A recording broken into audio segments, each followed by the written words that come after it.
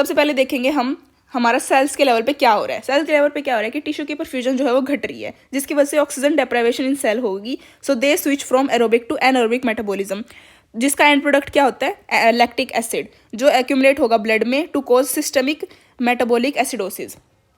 जो है वो सिस्टमिक मेटाबॉलिक एसिडोसिस हो जाएगी लैक्टिक एसिड की डिपोजिशन के कारण। लेकिन जब हमारी ग्लूकोज भी खत्म हो जाएगी सेल की, when glucose is in cell is exhausted, तो एनारोबिक रेस्पिरेशन भी बंद हो जाएगी and there is a failure of sodium and potassium pump in cell membrane and intracellular organelles.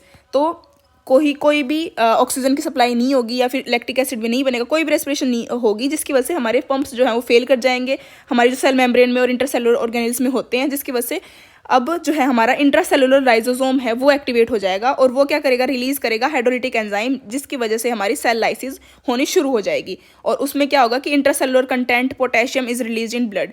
ये तो हमें पता ही कि एक्स्ट्रा सेलुलर कंपार्टमेंट में सोडियम ज़्यादा होता है और इंट्रा सेलुलर में पोटेशियम ज़्यादा होता है। तो ये जैसे कि sodium potassium pump cell membrane में फेल हो गया या फिर हाइड्रोलिटिक एंजाइम्स की वजह से सेल मेम्ब्रेन डिग्रेड होगी, तो उसकी वजह से सारा का सारा सेल का जो कंटेंट है वो बाहर